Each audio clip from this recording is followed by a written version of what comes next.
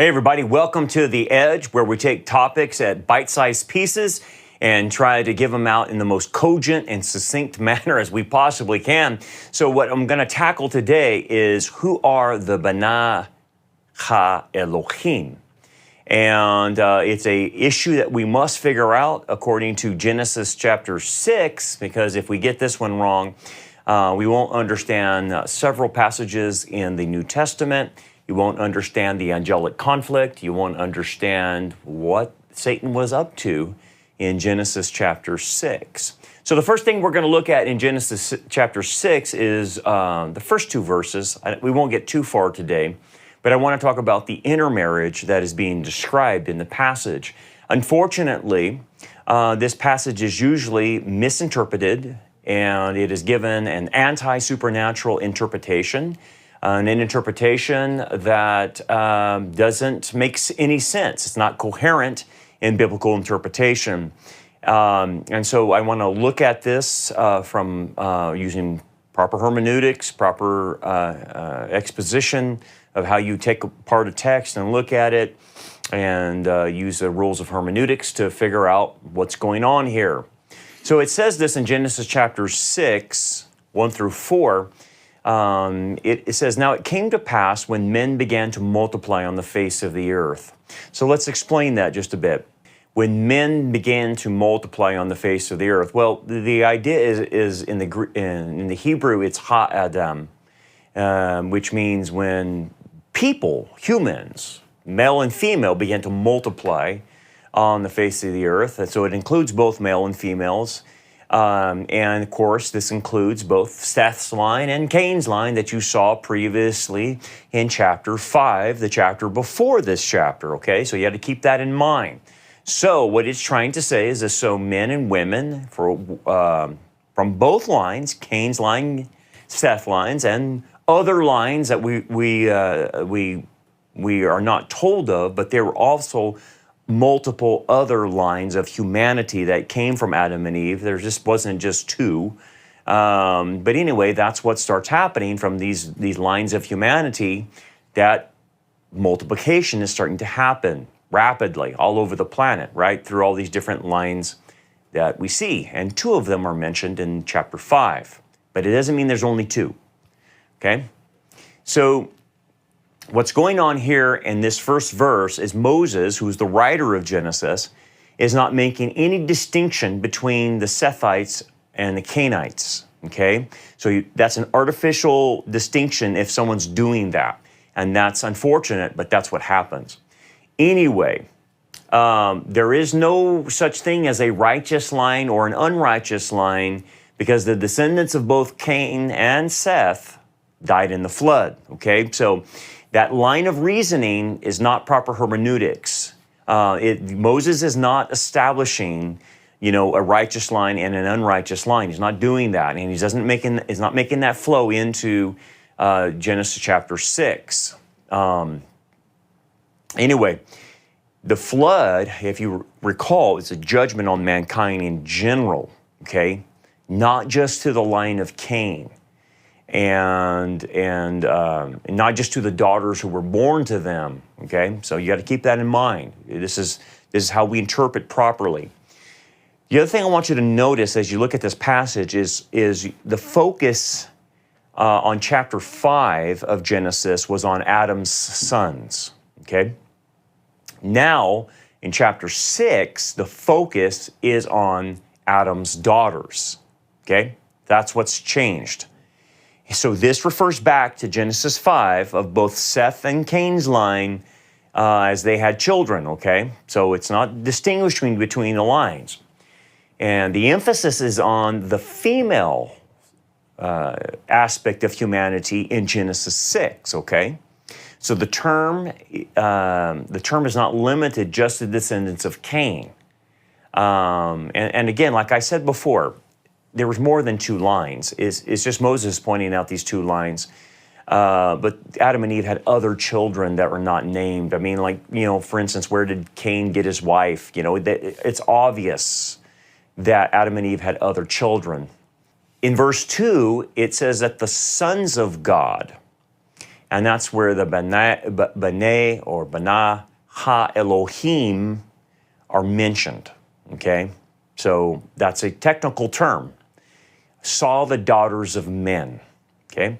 But here's what I want you to see. It's a one-way street, okay? It's the sons of God saw the daughters of men, and there is no other verse, saying, and the daughters of God saw, the sons of men. It doesn't say that. It's a one-way street, okay? And so it's not the daughters of God intermarrying with the sons of men. That's not what's happening here. And so you can't make that argument. And that's where the fallacy comes in when people try to take a anti-supernatural view on this. You have to explain the one directionality. That's first, okay? So there's no justification to make the phrase mean ungodly women either, okay? It doesn't say that. It just says women. It's just dealing with the female gender of humankind, okay? So it's not a godly line intermarrying with an ungodly line. That would be bad hermeneutics. That would be breaking rules. That would be eisegeting the scripture or, by putting things into it that it's not saying. We're supposed to exegete scripture, pull the thing out of what it's saying. So keep that in mind. So let's look at this term, Bene or Bana Ha Elohim, okay? It's a Hebrew term, it's a technical term, and it's used only for angels in the Old Testament. And we see this in Job chapter 1, verse 6. We see this in Job 2:1. We also see this in Job 38:7. And why are angels, whether they're fallen or unfallen, always referred to as Bene or Bana Ha Elohim? Well, it's because the angels are direct creations of God, okay? And when you're a direct creation of God, you get the term Bene or Bana Ha Elohim, sons of God, okay? Hold on. The Septuagint, and the Septuagint was written about 250 BC by Greek scholars and Hebrew scholars that wanted to put the Hebrew text into Greek so they could share it among the Greek people. They interpreted the same term in Deuteronomy 32:8 as referring to angels as well. So they understood the Bene Elohim and said they're angels. A variation on this term is Bene Elohim, and you can see this in other translations in your scripture, and sometimes it's translated the sons of the mighty, and that's a term used for angels. In Psalm 29:1, you'll have the sons of the mighty or the sons of God. You'll see in Psalm 89:6, the sons of the mighty or the sons of God there. And then you'll also see in Psalm 82:6, sons of the mighty, sons of God. So there's different variations of this. Or you'll see sons of the Most High, right? And then even the term is used for Adam, okay? In Luke 3:38, because Adam is a direct creation of God. So he's also called a son of God. So anytime someone's a direct creation of God, they're called that. And then in the New Testament, John chapter 1, verse 11 through 12, talks about believers under the new covenant that are given a new nature and being born from above, right? Born again. They're also called sons of God because the new nature is a direct creation of God. That's the being born from above or born again is a direct creation of God. So under the new covenant, believers are called that. But since we're in the Old Testament, and we got to stay in context, the Old Testament only calls angels sons of God, okay? And that's what Moses is doing here in Genesis 6. Anyway, other Jewish writers. I mentioned the Septuagint, but then Josephus understood Genesis 6 to refer to angels. extra biblical literature like the Book of Enoch, interpreted as angels. When they discovered the Dead Sea Scrolls, which predated everything we had by 1,000 years, and I think the only thing that was missing from the Old Testament in the Dead Sea Scrolls was, I think, the Book of Esther. And but in their version of Genesis 6, they translated Genesis 6 as angels as well. Other rabbinic literature, the Targum Pseudo-Jonathan, 6.1, 6.2, and 6.4, make the Bene Elohim's angels. In pseudepigrapha writings, these are extra biblical writings. Again, we're not talking about scripture, we're talking about rabbinic writings, like First Enoch 6, 1 through 2, Jubilees 4:15, chapter 5, verse 6, Second Enoch 18, Second Baruch 56, and the Testament of the 12 Patriarchs in Reuben 5, 5 through 6, and Naphtali 3, 3 through 5. Again, these are extra biblical writings, but they're Jewish literature. But what I'm trying to show you is the Jewish literature at the time, the rabbis at the time, considered the supernatural element of this, that these are angels, okay? Philo considered them angels. The Midrashim also adhered to this view. And then there was also, in other Semitic languages, the same concept. Like, for instance, the Canaanite had this concept of deities coming and having sex with human women. You have Ugaritic texts where the god El is married to daughters of men, whom he has 2 sons. So you have that in Ugaritic literature. I mean, even Greek mythology, you have, the gods having sex with human beings, stuff like that. So this fallen angel view was generally accepted by rabbinic thought, and it seems to be the most coherent by using the rules of interpretation. It is the most ancient, and it's the most supported view. But it's not just the rabbis that believed it, it was the early church. The early church believed this view, and that view was consistent with Philo, Justin Martyr, Irenaeus, Athenagoras, Tertullian, and others held this view. And it wasn't until Augustine that the view changed, and Chrysostom. And they're the ones who changed it. But even modern scholarship, there's a lot of conservative people that believe in this view. Pember, DeHaan, McIntosh, Deluche, Gambling, Arthur W. Pink, Donald Barnhouse, Henry Morris, Arnold Fruchtenbaum, Hal Lindsey, Chuck Smith, and there's a bunch of others. And the list goes on and on. But anyway, this purely human view, the Sethite view that Augustine and Chrysostom came up with, came as a reaction to the people they were dealing with, because they were actually embarrassed of the view when they were attacked by the critics. And so the critics were attacking this view as being just so crazy, so outlandish, so ridiculous, and it was too supernatural for them, which, as you can see, any non-believer hearing this would be, wow, that's really supernatural. That's beyond what I'm capable of even thinking about. But if you understand the supernatural and you understand the Bible is supernatural. God breaks the laws of his physics and that he created, and he does miracles, right? So we have no problem believing that. But the Bible is very supernatural, and angels are supernatural.